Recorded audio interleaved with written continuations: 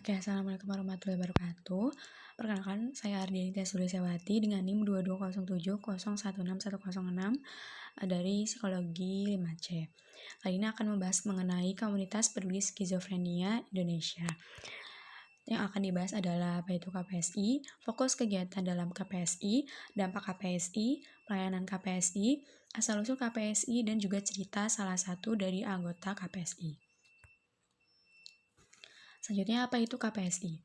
KPSI merupakan komunitas peduli skizofrenia Indonesia atau disingkat dengan KPSI yang berdiri pada tahun 2009. Saat ini anggotanya sudah mencapai 75.000 orang di Facebook. Nah, ini juga berawal dari Facebook pada tahun 2009. KPSI memiliki beberapa program kerja yang berorientasi pada edukasi serta layanan terhadap orang dengan masalah kejiwaan, terutama orang-orang penyintas atau yang mengalami skizofrenia atau gangguan jiwa dengan halusinasi. Nah, isi dari anggota KPSI ini berupa para penderita atau penyintas dan juga keluarga dari penyintas. Selanjutnya ada fokus kegiatan KPSI. Yang pertama itu ada advokasi. Dalam advokasi ini ada beberapa kegiatan. Yang pertama ada webinar awam tentang gangguan kejiwaan.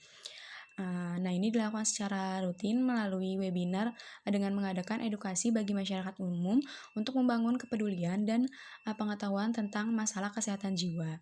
Topik webinar secara khusus mengenai skizofrenia dan kesehatan jiwa. Nah, narasumbernya terdiri dari para profesional kesehatan jiwa seperti psikiater, psikolog klinis, perawat jiwa, pekerja sosial, dan lainnya. Selanjutnya itu ada psikoedukasi atau penerangan kejiwaan untuk anggota. Perkembangan pengetahuan dan pengalaman mengenai masalah kesehatan jiwa berkembang terus seiring berjalannya waktu. Nah, KPSI ini secara kontinu dan berkala juga mengadakan psikoedukasi sebagai sarana untuk memperkaya pengetahuan anggota baik mengenai skizofrenia maupun gangguan kejiwaan lainnya. Selanjutnya itu ada radio. Jadi di KPSI ini bermitra dengan Radio Pelita Kasih 96,3 FM di Jakarta. Setiap hari Kamis menyiarkan program edukasi kesehatan jiwa dengan membahas topik-topik dan menghadirkan narasumber seputar kesehatan jiwa. Selanjutnya itu ada website tentang gangguan kejiwaan. Di dalam internet, media yang efektif untuk menyebarkan pengetahuan kesehatan jiwa. Nah, KPSI ini memiliki website tentang masalah kesehatan jiwa dengan banyak materi yang dapat diunduh. Selanjutnya itu ada perpustakaan. KPSI ini menyediakan buku-buku umum serta buku lainnya mulai dari bertema tentang ODS atau orang dengan skizofrenia dan orang dengan gangguan jiwa lainnya. Terdapat panduan masalah kesehatan jiwa hingga komik yang menghilangkan kesedihan hati dan juga pikiran. Selanjutnya itu ada kelompok swabantu. Kelompok swabantu untuk orang dengan gangguan jiwa dan keluarganya. KPSI ini melakukan kegiatan kelompok dukungan dengan dukungan berkala secara luring maupun daring, baik menggunakan aplikasi media sosial, aplikasi lainnya, ataupun dengan Facebook group di masing-masing daerah kepada orang dengan skizofrenia atau ODS, orang dengan gangguan jiwa atau ODGJ, atau keluarga dan pelaku rawat agar dapat saling memberikan dukungan dan saling memberikan pengalaman sehari-hari dengan skizofrenia dan juga gangguan jiwa yang dalam mencapai pemulihannya. Selanjutnya itu ada penelitian di komunitas peduli skizofrenia Indonesia ini juga terlibat dalam berbagai penelitian kesehatan jiwa. Nah, khususnya skizofrenia yang dilaksanakan oleh mahasiswa profesi kesehatan dan lembaga-lembaga penelitian lainnya, maupun di dalam negeri ataupun di luar negeri. Selanjutnya itu ada pemberdayaan. Yang pertama itu ada terapi seni dan kreativitas. KPSI ini mengadakan kegiatan seni dan kreativitas seperti melukis dan membuat kerajinan tangan lainnya untuk terapi bagi orang dengan skizofrenia, orang dengan gangguan jiwa, dan keluarganya pada hari Minggu setiap pekannya. Selanjutnya yang kedua itu ada ketenangan, ada yoga berisi dengan ketenangan dan keseimbangan ragawi serta kejiwaan yang amat penting bagi perjalanan pemulihan ODS, ODGJ dan juga ODGJ.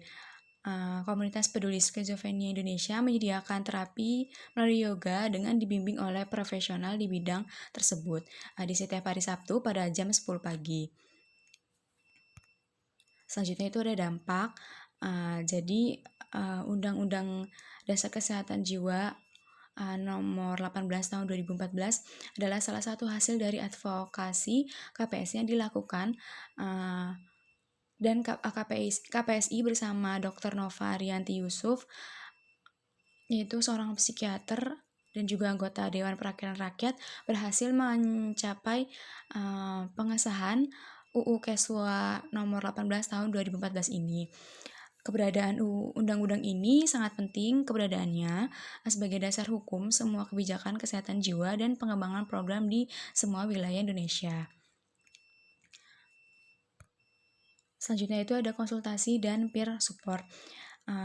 KPSI memiliki layanan konsultasi dan kelompok dukungan atau peer support untuk orang dengan gangguan jiwa dan juga keluarganya. KPSI melayani pendampingan keluarga dan pasien sejak KPSI berdiri dan memiliki kantor sekretariat. Layanan ini sudah membantu ribuan pasien dan juga keluarganya. Kebanyakan keluarga pasien datang dalam keadaan sedih, bingung, tertekan, dan putus asa menghadapi anggota keluarganya yang mengalami gangguan jiwa. KPSI ini memberikan arahan dan juga informasi, cara akses perawatan medis dan dukungan emosional serta motivasi. Dan KPSI ini juga memiliki tim tangguh yang terbentuk dari sukarelawan atau pelaku rawat dan penyintas yang telah terbukti mampu mencapai kondisi pulih dan hidup optimal. Selanjutnya itu ada cerita dari mereka. Yang pertama itu dari inisial N. Dia ini mengidap penyakit skizofrenia sejak tahun 2019 dan yang mengetahui bahwa ia ini butuh pertolongan itu adalah dari manajernya. Nah, N ini sering banget berhalusinasi bahwa ibunya itu diculik dan dia akan diapa-apakan seperti itu. Dan ketika ia kambuh pun sang ibu dan ayahnya juga berusaha menenangkan dan memberikan kekuatan berupa kata-kata dan juga penenang. Di sini ibu yang sangat berperan penting dalam hidup N. Selanjutnya itu ada cerita dari inisial F, mengidap skizofrenia karena patah hati. Jadi dulu pada saat SMP, ia ini suka dengan seorang perempuan dan ditolak dengan perempuan tersebut. Maka sejak saat itu dia menjadi mengalami skizofrenia dan berhalusinasi tentang berbagai hal.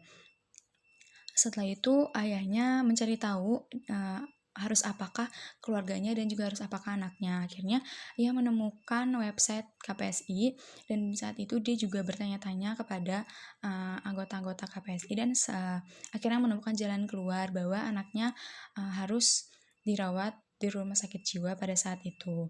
Dan F ini berkata bahwa semua orang itu harus mempunyai pegangan supaya ketika terjadi sesuatu ia masih bisa meyakinkan dirinya bahwa ia bisa kambuh. Seperti itu. Nah, yang terakhir itu ada cerita dari A yang mengidap skizofrenia karena narkoba. Jadi dulu dia tinggal di luar negeri, kalau nggak salah di Amerika, dan di sana kehidupannya bebas. Maka dari itu ia akhirnya sering minum narkoba yang bisa minum setiap hari. Pada saat ke Indonesia dia mulai mengalami halusinasi. Dia bisa melihat seseorang lah, atau sering telanjang lah, atau dia tidak bisa terkena sinar TV. Dan dari situ akhirnya tantenya melaporkan dia ke polisi, namun polisi tidak punya wewenang apa-apa dan akhirnya menelpon ibunya mencari tahu tentang tanda-tanda yang dialami sama anaknya. Akhirnya mama masukkan dia ke rumah sakit jiwa dan dirawat. Dan akhirnya dia bertemu dengan KPSI, lalu ibunya juga bertanya-tanya kepada penyintas KPSI, apa sih tanda-tanda orang dengan skizofrenia itu seperti apa gitu. Dan selanjutnya asal-usul KPSI. Jadi pada awalnya didirikan oleh Pak Bagus Hargautomo SS. Jadi dulunya mempunyai kakak seorang penyintas skizofrenia. Karena sumber-sumbernya juga masih sedikit dan juga masih banyak orang yang tidak mengetahui tentang skizofrenia, jadi tuh bingung. Pak Bagus ini bingung harus seperti apa dan harus melakukan pengobatan seperti apa. Jadi beliau dan keluarganya melakukan pengobatan, pergi bolak-balik ke dukun untuk mengobati sang kakak. Dulunya itu hanya di grup Facebook yang berisikan sedikit, dan sekarang ada 75 orang di seluruh Indonesia.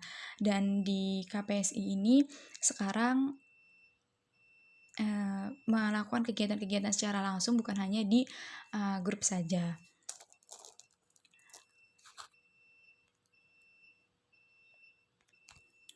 Sekian dari saya, kurang lebihnya mohon maaf. Assalamualaikum warahmatullahi wabarakatuh.